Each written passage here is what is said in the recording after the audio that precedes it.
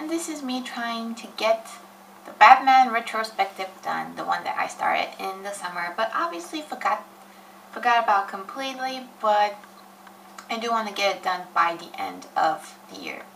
By the way, we have some people over and they're playing League of Legends or some shit, so if you can hear them, I apologize for it.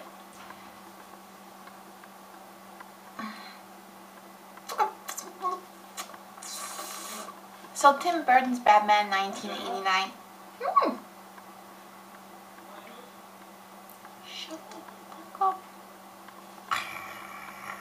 So Tim Burton's Batman 1989, there have been so many reviews on this that I don't know what I could possibly say that hasn't already been said, except for, of course, how the movie made me feel. So this is going to be like a free-form review, if that's what you want to call it. Looking back at the versions of Batman that were before this one, because I think for me, like for a lot of other people, this was their first Batman. This was the first time they were exposed to this character, and as such, we are very nostalgic about it, and I, for one, find it very hard to be objective about this movie. But that being said, you know, looking back at previous versions of Batman that existed before this one, I realized that up until this point, and including Tim Burton's movies, Batman as a character was used mostly as a vehicle for something else, not really, with the directors and the producers so far, not really caring about the Batman mythology itself. And Tim Burton is also guilty of this, because really, if Tim Burton cared about the Batman mythology, he wouldn't have had Batman use handguns, he wouldn't have had Bruce Wayne considering telling a woman his secret after he only fucks her once, and a lot of those other things that people had a problem with, like, for instance, you know, Joker being the guy that kills Batman's parents, even though it's classic Batman lore that we don't know who killed his parents, because it's supposed to be like the faceless crime of criminality.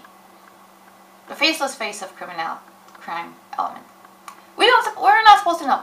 But Tim Burton basically had the excuse of making a gothic fairy tale and have Warner Brothers give him tens of millions of dollars to do this, and that's why, you know, it does have a lot of the same elements as a gothic fairy tale, because things happen in here that have no sense happening. Like, for instance, where did the Joker get a parade balloon on such short notice?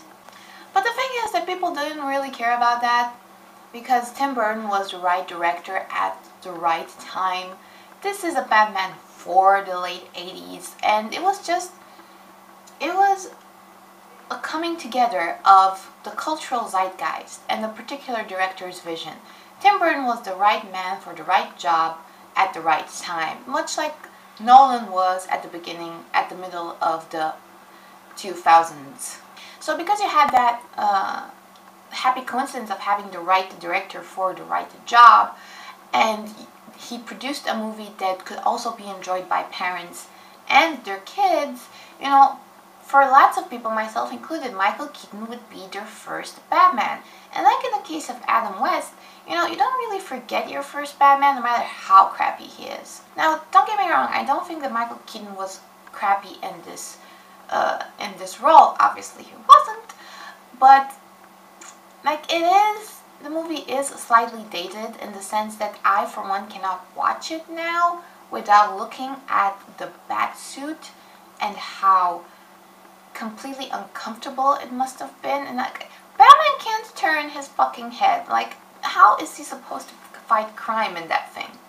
But I will say that this version of the Batmobile is the prettiest version ever. But it's also interesting, given how little Tim Burton cared about Batman mythology, how much the movie actually became part of Batman mythology and how it still influences us to this day. If you look at it, there are so many things in The Dark Knight that are reminiscent of Batman. Joker is scarred in this movie, he is also scarred in The Dark Knight. This movie is all about Joker coming up with crap and Batman reacting to that crap, and that's pretty much what happens in The Dark Knight too. The thing about The Dark Knight is that Batman at some point actually starts to act instead of just reacting to what the Joker was doing. And also the Joker in this one really doesn't have any fucking idea what he's doing, in the sense that he doesn't have a single motherfucking plan. He's just like comes up with crazy crap. And that's exactly the kind of Joker that the Joker in The Dark Knight pretends to be, but he's not, because he actually does have a plan. But really, when you think about it, the whole movie is about Joker just coming up with random shit and Batman reacting to it. And then at the end, Batman basically has to out-crazy the Joker, which is not easy to do.